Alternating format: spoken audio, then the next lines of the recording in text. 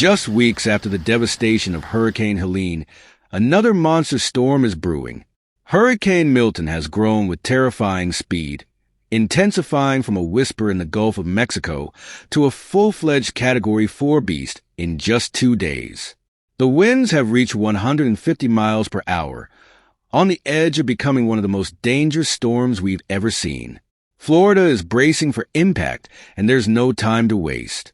The residents along the western Gulf Coast face yet another battle with nature, as Hurricane Milton threatens to rewrite the record books once more. Hurricane Milton, a name that Floridians will not soon forget. As if recovering from the brutal aftermath of Hurricane Helene wasn't enough, Milton is now on a direct path towards Florida's densely populated western Gulf Coast. With winds nearing the catastrophic Category 5 threshold, the storm is expected to slam into the Tampa Bay area, packing destructive force and massive storm surges. The National Hurricane Center has been sounding the alarms, predicting landfall in the early hours of Thursday morning, around 2 a.m. Eastern Time. This storm is moving in at a deadly 90-degree angle, piling water onto the coast like a battering ram. And if its timing coincides with high tide, the devastation could be even worse. A storm surge of up to 12 feet could inundate areas from Tampa Bay to surrounding counties, putting thousands of lives at risk. In the wake of Hurricane Helene, which left over 230 dead and caused widespread devastation from Florida to the Appalachian Mountains, the thought of another powerful storm is almost too much to bear.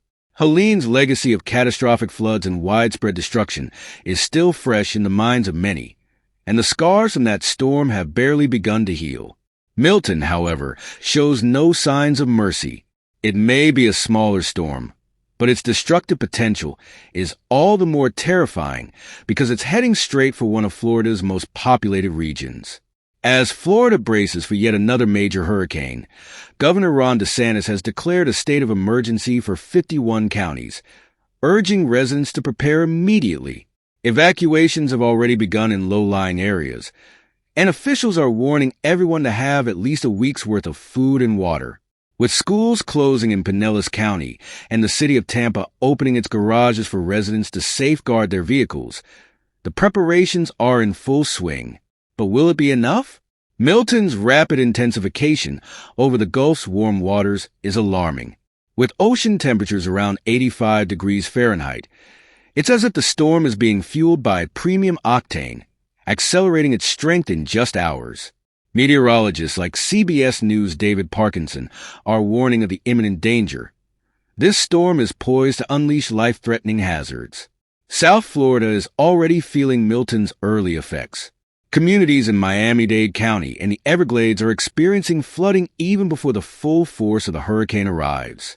And for the Tampa Bay area, which suffered 12 deaths and extensive storm surge damage from Helene just weeks ago, another round of flooding and devastation is almost certain. While Milton is forecasted to sweep across central Florida and into the Atlantic Ocean, its impact will be felt long after it passes. The National Weather Service has issued a hurricane watch from Chokoloskee to Suwannee River, including Tampa Bay and the Dry Tortugas. This storm is not to be underestimated. As the clock ticks down to landfall, one thing is clear. Florida is in for a fight. Hurricane Milton is rapidly approaching, and for those in its path, the time to prepare is now.